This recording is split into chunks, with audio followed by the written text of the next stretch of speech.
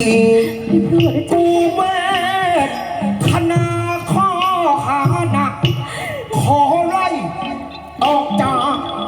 ข้อนี้ไฟฟ้าทำใจดีๆด้วยนะเจ้า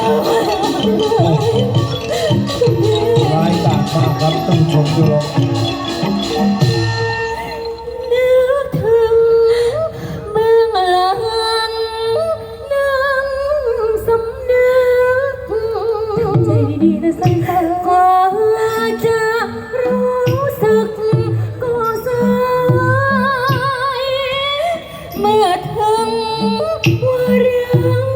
สุดท้ายกับช่วยไม่ให้เป็นผี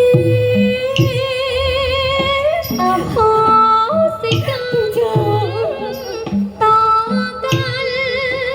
อย่าโศกสันสายฟ้ารักษาเนื้อตัวขัดหนาที่ตามศรัทธาวิธี วันนี้นะกรรมหนอกรรมที่ใครเขาทำเอาไว้ มันคงจะแน่แก่ใจ กับเหตุการณ์ในครั้งนี้ มันเป็นเพราะฤทธิ์พิษรักที่นำทางดีชั่